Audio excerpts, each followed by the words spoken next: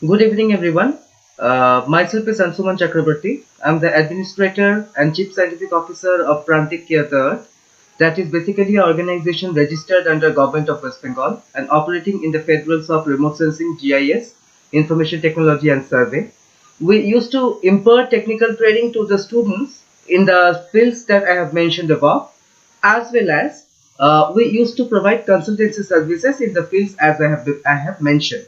So I am here on Facebook Live as well as on the through the YouTube and other channels, just basically to train up my students or to teach them on the paper fundamentals of geology and geomorphology, as our regular classroom activities have been impeded largely as an effect of this COVID-19. So, my dear students, over the last class, we have discussed up to the upper and middle course of the river. So, today we will be basically discussing about some of the basic concepts pertaining to the fluvial geomorphology and basically the lower course of the river with the landforms as well as some other necessary associated concepts. So, without wasting much time, I think that today in this particular session, I would like to start off with my teaching with some kind of maps, So the maps, like the first slide will include the world river map. The world river map will include the major rivers that used to flow over the entire world, starting from the Asia to that of the Africa, Europe, North America, South America, and entire adjoining regions. So if I'm speaking about the India, you can see as we are currently present in this Arunachal Pradesh, it is in the East Siang district. Something it will be located like here. So you can see the mighty Siang flowing from this district towards the Assam under the name of the Brahmaputra. Again, we all know that one of the major river of India is the Ganges. Again, the Narmada, Godavari, Krishna, Satluj, etc. You can see. Similarly, if we are speaking about the United States of America, that is much more vital nowadays, that name in terms of the COVID-19. You can see the Mississippi over here. Again, you can see the Missouri or Nelson or Albany. Or if we are speaking about the South America, we can see a good number of rivers starting from Colorado to that of the Chubu and others, etc. represented over here. So after the world map, this is a map of the major rivers of India, where you can specifically see very clearly the states which encompasses the major which rivers. So this is a map of West Bengal.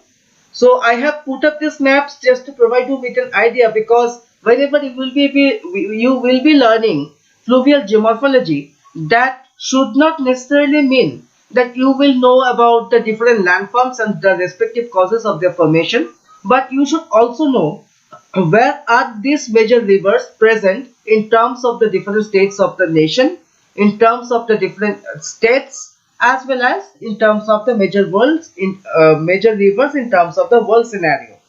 So now let's come directly back into the topic. First, let's discuss the concept of the hydrologic cycle.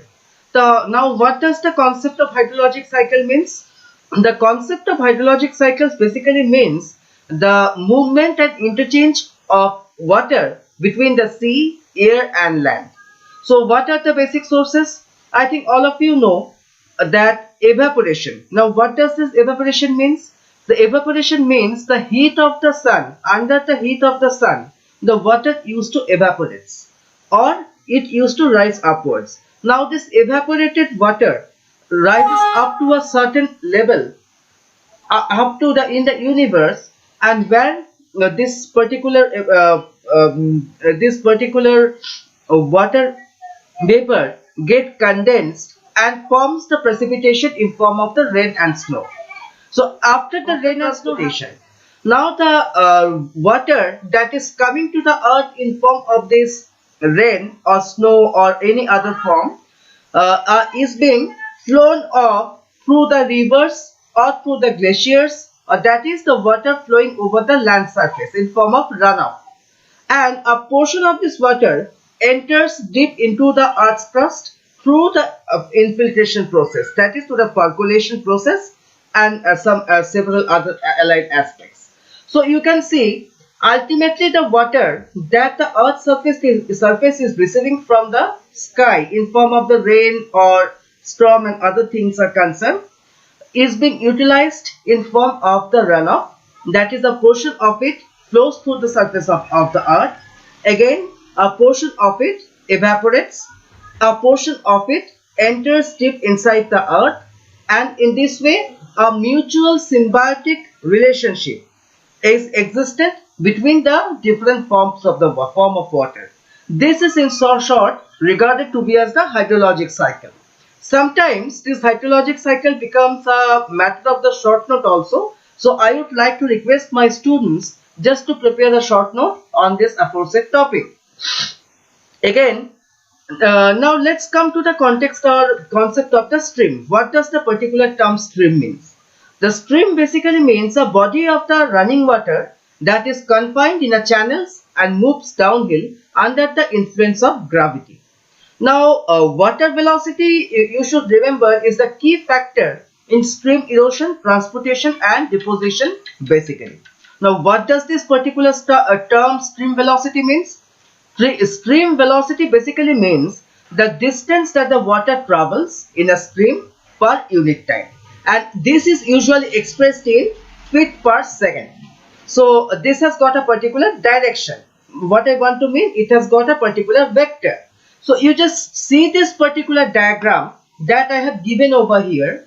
So this is the head, that is the source of the river, and this is the mouth, that is where the river ends. So you can see through this particular diagram or particular graphical analysis that the stream reaches its maximum velocity near the middle of the channel. Just you can see this part, that is concave. This diagram is also regarded to be as the concave upward graded profile. So this is also a very important explainer of the stream velocity, that in turn shapes up the erosion, deposition as well as the transportation, both all of these processes. Now in terms of the types of river, we can basically classify rivers into two basic types. One is the perennial river, while the other one is the non-perennial river. Now perennial river, from this particular picture you can see, are those rivers in which water stays all the year round. That is, these are basically snow-fed rivers, and this can be used for the purpose of irrigation and several other parameters or factors are concerned. While these are the non-perennial river. Let me give out some example. All of us are very well known about the Kopai river, as we are staying in the vicinity of this Shantiniketan. The Kopai river, or that flows through the Gwalpara, Kankalitala and adjoining areas, is an example of a non-perennial river. During the monsoon months, we can see a huge amount of water in these rivers, but when the summers come, or that is when since the spring, this particular streams, or with the winters, this stream or channels used to get dry up. Now, what are the basic processes that occur in a river? As I have discussed in my earlier classes also, in a river, there are basically three types of processes. One is erosion, other one is transportation, and third one is the deposition.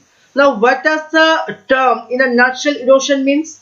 The term erosion basically means the wearing away of the land. Now, transportation, that is the movement of the eroded material, and finally deposition, the laying down of the eroded material. That is basically the deposition. Now, river can also be considered as a major agent of the degradation. In fact, in a particular study,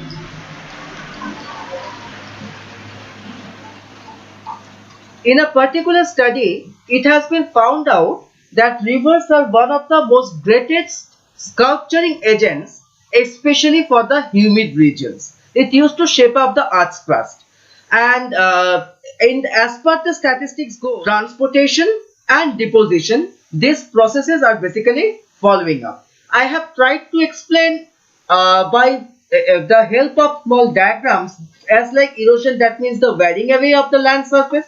Now transportation means to carry, and finally deposition means to deposit or to form. So this is a constructive process. This can also be regarded to be as the constructive process, while this one may be regarded to be as the destructive process. However, there may be dichotomy of opinion among the different geomorphologists. Now, this is a particular chart I have given because this is a part of your syllabus also, to let you know about the different rivers, major rivers, along with their total length in miles or kilometers, the drainage area and flow at mount, that is expressed in terms of cubic meter per second. So if I am speaking about the Africa, the major river is Nile, and the total length is around 6,695 kilometer, and the drainage area includes 170,000 square miles, while the flow at mount is 1584 cubic meter per second. Now let's take a look, or try to have a look, in some other rivers like Mekong in Asia. It has got the total length of around 4,000 kilometer, and the drainage area is around 750,000, while the flow at mouth is 15,900 cubic meter per second. So in this way you can know about the major rivers. Similarly, Ganga is also given here. You just see, just at the fort I have written the total length until up to Farakka barrage is around 2525 kilometer, while its cubic flow at mouth or flow rate is around 12,500 meter cube per second. Now, how does the river valley is being shaped up? Basically, the valley of the river is basically being shaped up by two basic processes. One is the weathering, while the other one is the mass bursting. Now, what does the term weathering means? Weathering basically means the breaking up or breaking down of the rock materials. Now, mass bursting basically means the movement downslope of a broken rock material under the actions of the gravity. So that is basically the concept of the mass bursting. Now, erosion process that used to take place along the river is basically accredited through four respective processes. They are abrasion, hydraulic action, corrosion and attrition. Now, what does this particular term abrasion or corrosion means? Abrasion basically means when the river is loaded with material in suspension and its course away the river banks. That we used to tell in the context of geomorphology as sandpaper effect. Again, hydraulic action, what is that? Hydraulic action is the shear force of the river impacting on the sides of the river banks. Now, corrosion is the substances carried in solution such as acids. They dissolve the rock away over the long periods of time. And finally, the attrition is when the bed load collides with each other with the current flow and breaks down in form of smaller particles. So here is a particular schematic diagram. As you can see, all these particular processes are well explained through this particular diagram respectively. Now, in terms of the transportation, as I told you that transportation is also one of the major process or work that a particular river performs. Basically, there are four types of transportation. One is traction, the other one is siltation, the third one is suspension, and the fourth one is solution. Now, what does the term traction means? When the larger rocks and boulders are rolled along the river bed, and it used to happen most of the time in cases of the flood when the current is the strongest. Now, siltation, what is siltation?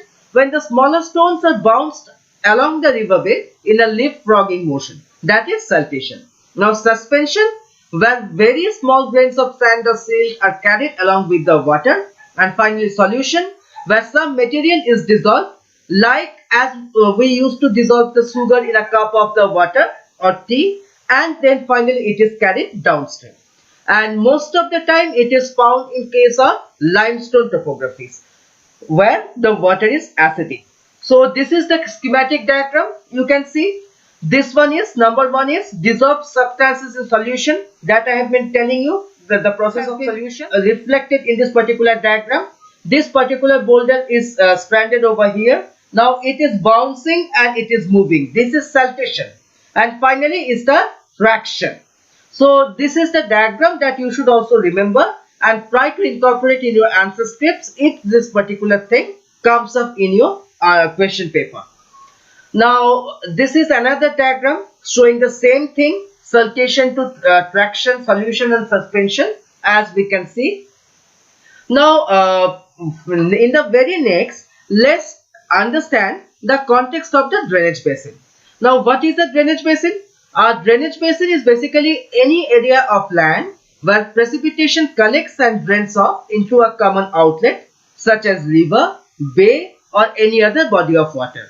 Now this drainage basin includes all the surface water from rain runoff, snow melt water, hail, slate and nearby streams that run downslope towards the shear outlet, as well as the groundwater underneath the earth's surface.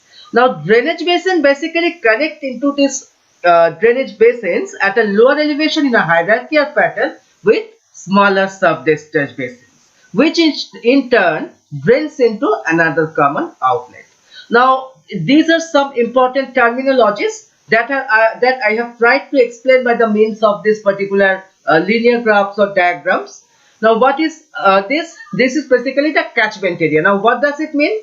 Catchment means the area from where the river gets the water, or in terms of the geography, it is the area from which water drains into a particular drainage basin. Now what does the term mouth means? Mouth means where the river flows into the sea or sometimes into the lake. Now this red line you can see, this is basically a watershed or a boundary. That is basically a dividing line that separates one drainage basin with that of the other. Now what is this? This is basically a tributary.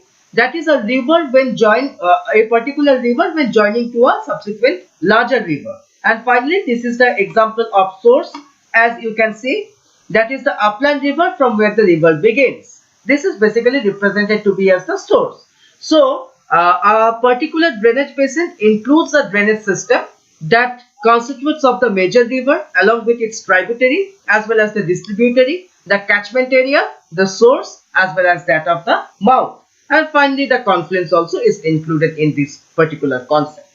So if we just try to profilify a particular river in terms of its course with the height in that of the y-axis and distance from the sea in kilometer, then we would be able to find out this following changes in the character of the river. That has been reflected in terms of the upper course, middle course and lower course. And this diagram is very important, which all of you should note up. That is what it is showing. In the upper course, the gradient of slope is decreasing.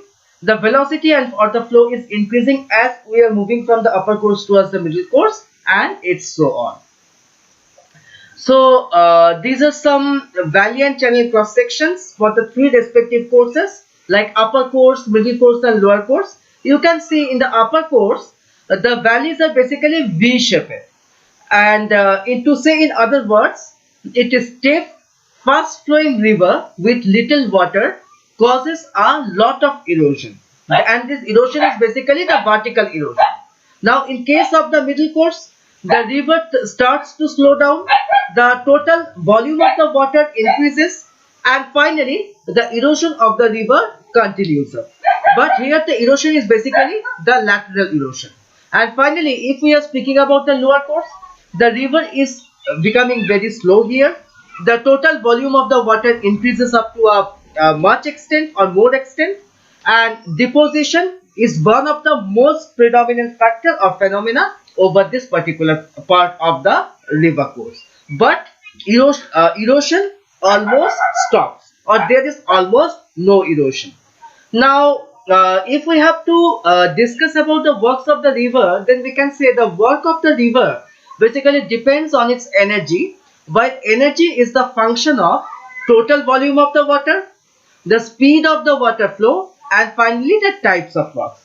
So these are the basic three parameters that used to decide or that used to shape up the energy. Now if we have to speak about this middle course and lower course of the river, excuse me, the first and foremost thing in case of the middle course is that erosion is one of the most important process, as well as deposition also takes good shape over here.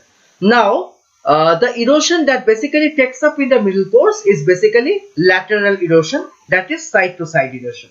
And the river has a greater discharge and so has more energy to transport the material. The material that is transported by the river is regarded to be as the load of the river.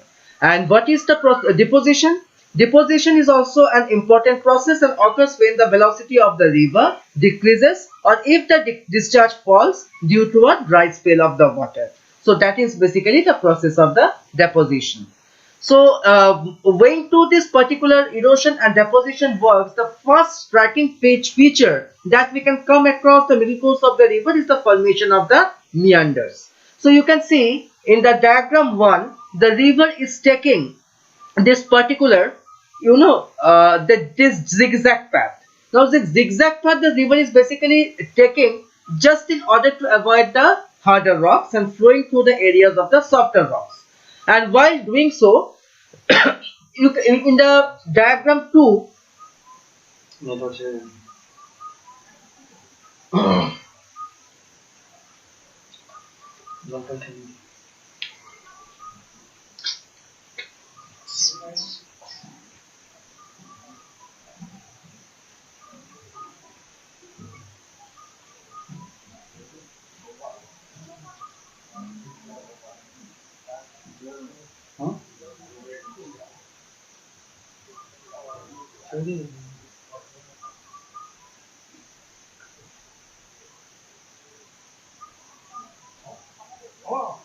so while in case of this particular diagram 2, you can see the deposition of the stringles is basically taking place in the kink of Jones. So this is a deposition place, this is another deposition place, like this it is taking place. And finally in the stage 3, what you can see that erosion is undercutting the outside of these meanders. And finally, when this is a particular ground diagram where you can see the different parts in case of the landforms in a middle or the direction of the meander migration. You can see this is the floodplain area and the erosion on the outer bed where there is faster flow in this portion. It creates a river cliff type of feature over here. Now deposits of the inner meander bed where there is low energy. This is the area of deposition, and finally this is the slip up slope, this particular region. So what I am telling you, this particular meanders when become much and more acute, then they used to generate up this oxbow lake that we will also discuss over here. So you can see a series of diagram is being given where it is showing that this erosion making narrow the neck narrow in the first case. Now during the floods the river is taking shortest course through the neck, and finally a oxbow lake is getting prepared while the river is having a new straighter course. Now about this oxbow lake, what does this mean? The oxbow lake is basically a U-shaped body of the water that is formed when a wide meander from the main stem of the river is cut off to create a lake like this. This is basically the ground photography of the oxbow lake that is created in the river Mississippi. Okay, so what is this mechanism? It is basically like this. The river constantly erodes the outer banks of two adjacent meanders, causing the meanders to move closer together, forming a loop like this, that is drawn over here. And over the time, this loops becomes more distinct and is separated by a narrow lake of land. Now, as the erosion and deposition continue to take place along the inner and outer banks respectively, the two meanders eventually meet. That is this one. That is this particular meander is meeting up over here. And finally, the sediments deposited will eventually dam up the water in the cutoff, forming an oxbow lake. That is represented via this particular diagram, as we can see. Or this is the, you can see the changes that is taking place.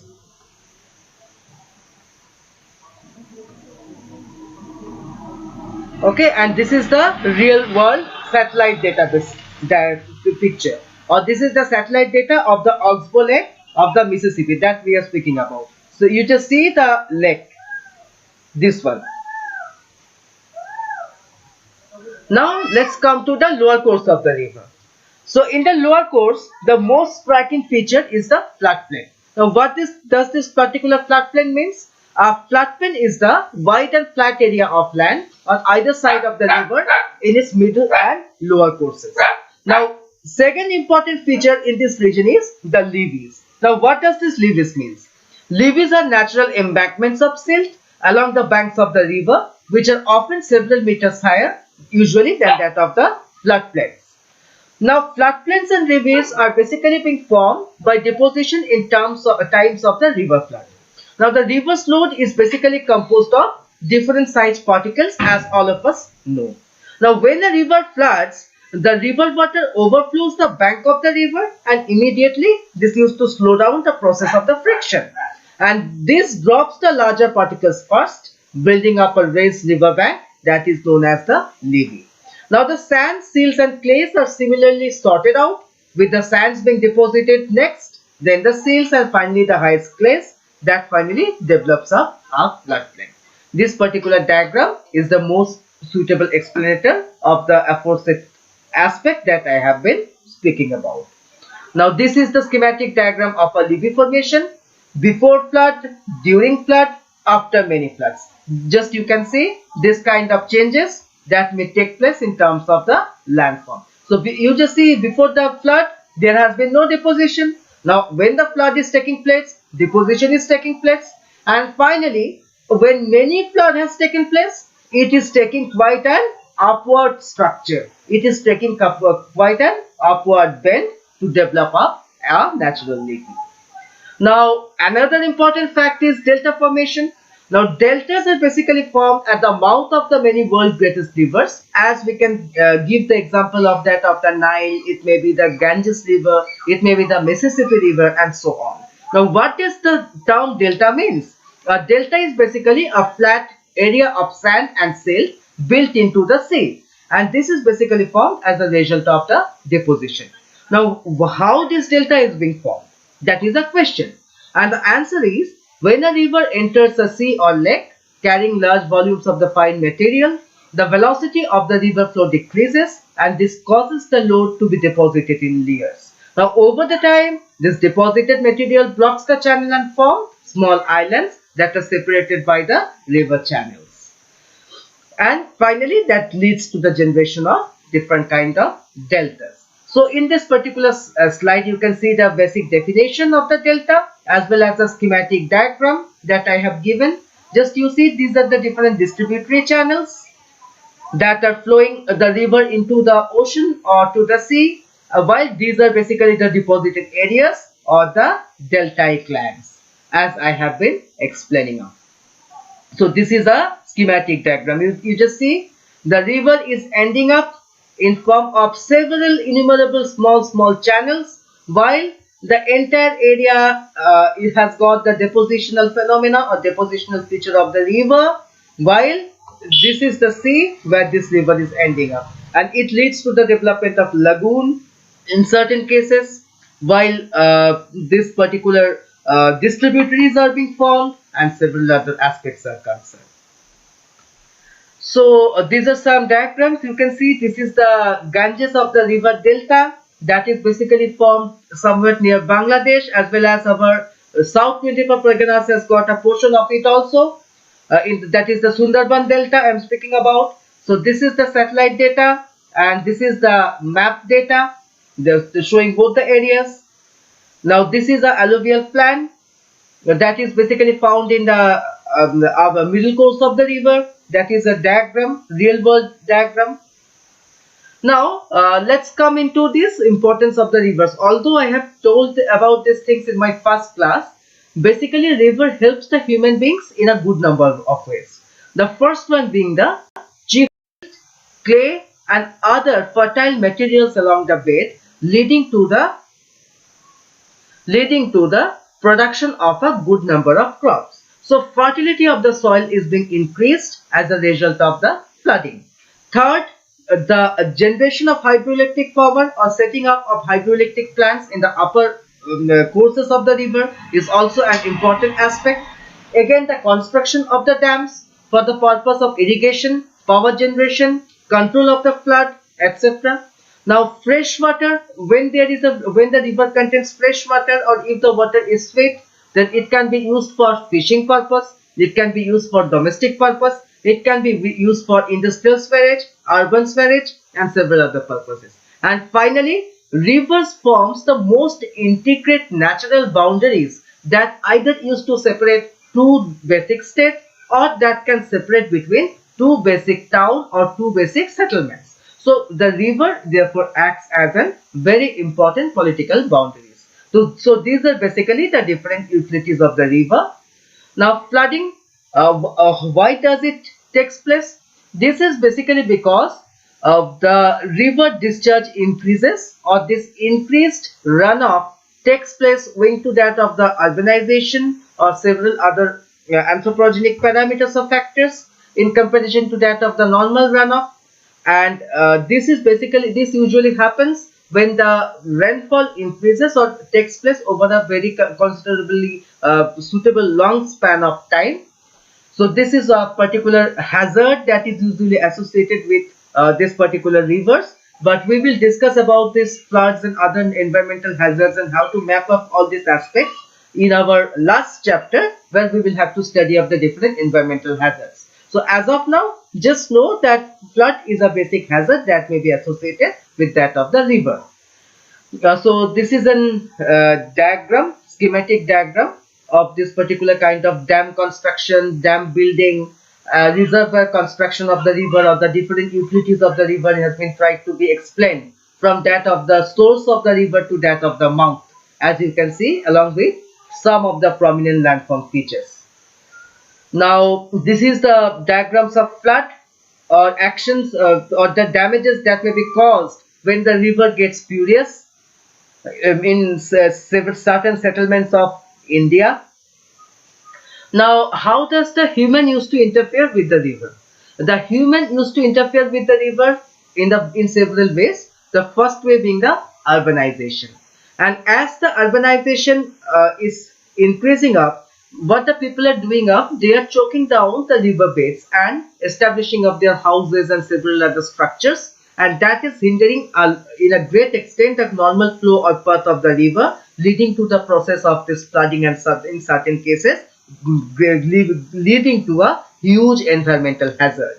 Again, industrialization. Several industries has been found to discharge their wastewaters into the rivers, that is contaminating the waters of the rivers, and that is polluting the rivers. Again, the pollution of the river is another important factor. It has been found that many people used to dump several bad substances into the river, leading to the degradation of the quality of the water.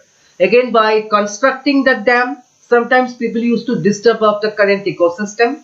After that, the immersion of the idols and other things into the river also used to hinder up with the water quality and water course in certain areas. And finally, the hooliganism of sand from the band of the river, that is connoted in the terms of this geography as sand mafia. And to do away with all these problems, the government of India has taken up the initiative since 1986 or April in form of the Ganga Action Plan, and the total budget that has been allocated for that is 901.71 crores. And finally, this particular project was completed in 31st March 2000, and phase 2 has already been extended over the other major rivers like that, or its important tributaries like that of the Yamuna, Gomti, Damodar and Mahananda. And currently, if we are speaking about this current spell of government, we are having the programs like that of the Namami Gange program, we are having the drainage interlinking or drainage connectivity program, and several things can be made mentioned of. Now these are some diagrams of water pollution. You can see this is the way in which the anthropogenic factors are polluting. Again, this is the immersion of the god, that what I am telling, or people taking the holy bath or holy dip into the river, thereby deteriorating up with the quality like this Kumbh Mela. But this does not mean I am speaking that I am against the Hinduism or I'm against this particular celebration. Now, this particular fact is very important. That is the satellite-based mapping of drainages. In fact, it is a matter of fact that how can we map up the drainages by using the satellite data. Basically, one important source may be by utilization of the digital elevation model. The digital elevation model helps us to map up the drainage, but one impurity has been it is not 100% accurate. That is a particular problem which we should have to deal up with. So what we have to do is that we used to vectorize. That is, we used to digitize up the different channels or the streams or the main river along with its tributary streams or the distributory streams one by one, put up attributes and create up the river database. The another important way in which we can map up river is by the stream ordering method. Either we can follow the Streller method or we can follow up the Horton method of the stream ordering. Now, what does this particular stream ordering means? When two micro-order streams join, that leads to the development of a meso-level stream. When two meso-level streams join, that leads to the development of a macro-level stream. Or when two macro-level streams joins, it's used to the development of a mega-level stream. So, usually there are 5 levels, 1, 2, 3, 4, 5. The reels or the gullies are basically regarded to be as the level 1. Now, when this particular small drainages join together, then they used to form the second level of drainage or drainage channel. When two second level join, they used to form the third level. When two third order drainage joins, they used to form up the fourth order. And finally, when two fourth order joins, it forms the fifth order drainage.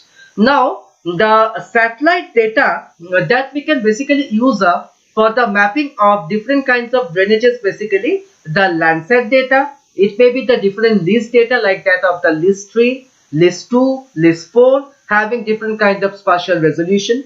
If we need a drainage map of an area in 1:10,000 scale, then we should basically use the list 4 data. That is quite sufficient to map up the drainage in that particular level. Again, if we need a drainage map in 1:50,000 scale, then we can use the list 3 data, because the convenience scale comes under this particular category. Again, the one thing that I should mention, while if we have to map up the drainages using the satellite data, then we should basically try to have the multispectral data for better understanding or better interpretation. However, this does not mean that the monochromatic or the panchromatic data are not suitable or not usable to map up the different kinds of drainage channels and so on. And finally, it can be said the different satellites that we can use for the purpose of mapping of different type of drainage may be, as I have been telling, list data. It may be that of the Cartosat data. It may be the Pleiades data. It may be the Landsat data. It may be several other satellite data respectively. And finally, the spatio-temporal mapping of the data also helps us to understand the level of flooding or inundation, which we will speak about or study about in our later slides. So with this, I come to the conclusion of this particular chapter, that is the landforms in the upper, middle and lower course of the river. So the next class on this particular paper will be upon the different kinds or patterns of drainage and how can we can identify these different patterns of drainage using the satellite data or by the process of the interpretation. So till then, stay safe, stay at home, and please strictly follow the Government of India directives or the provisional government directives regarding to that of the COVID-19, and have a be constructive, think positively, and take care of your family members as well as that of yourself. So till then, thank you so much. Goodbye. Jai Hind. Vande Mataram.